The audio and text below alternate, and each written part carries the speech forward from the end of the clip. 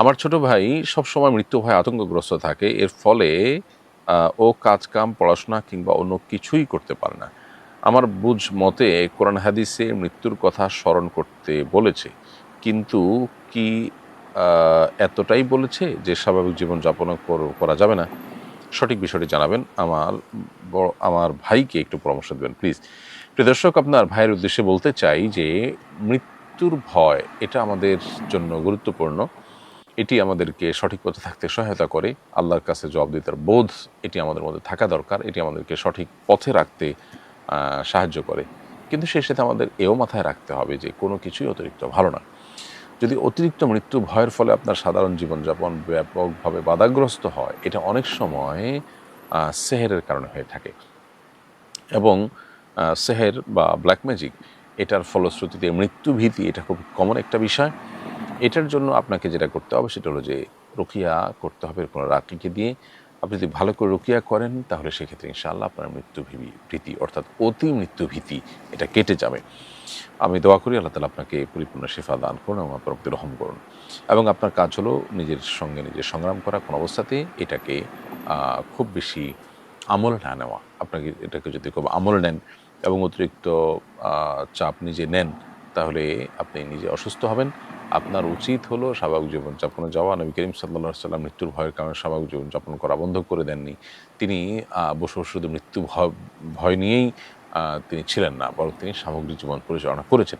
আর আমাকে তারই অনুসরণ করতে হবে। তার অনুসরণের বাইরে অন্য পথ দেখতে মসৃণ হলেও সেটা মসৃণ নয়। সেই জিনিসটা আমাদেরকে মাথায় রাখতে হবে এবং সে বিষয়ে আপনি নিজেকে অ্যাওয়্যার করার চেষ্টা করবেন। বর্তমানে লোম অপসারণের জন্য বিভিন্ন ধরনের ক্রিম বাজারে পাওয়া যায়। এগুলো ব্যবহার করে বগলের নাভির নিচের লোম পরিষ্কার করা যাবে কিনা? আমরা জানি বগলের লোমসহ অন্যান্য লোম কাটতে হয় বা ছোট করতে হয়।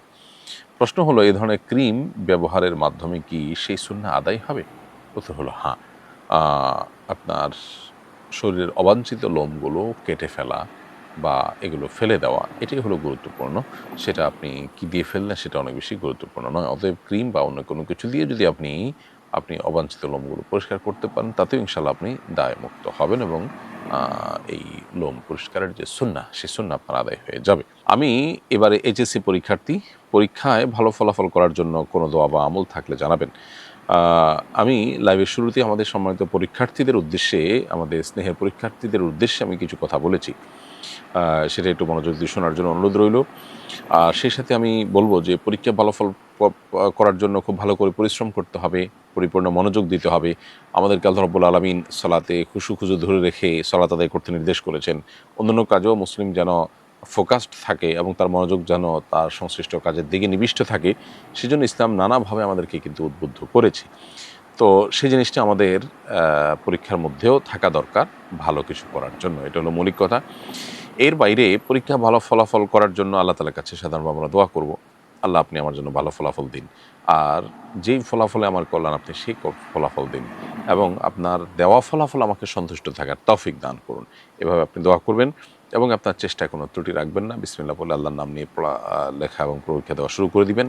আশা করা যায় আল্লাহ রাব্বুল আলামিন আপনার জীবনে বারাকা দান করবেন। আমরা যা চাচ্ছি হুবহু সেটা পেলেই যে বারাকা হবে এমন কোনো কথা নেই। আমাদের জীবনে কল্যাণ হওয়াটাই হলো মুখ্য। সেটা আল্লাহ তাআলা পরীক্ষায় ভালো ফলাফল দিয়ে দিতে পারেন, ভালো ফলাফল না দিয়েও দিতে পারেন বরং। বিধায় আল্লাহর ফায়সালা আমাদেরকে মেনে নেওয়ার এবং আল্লাহর ফায়সালায় সন্তুষ্ট থাকার চেষ্টা আমাদের করতে হবে।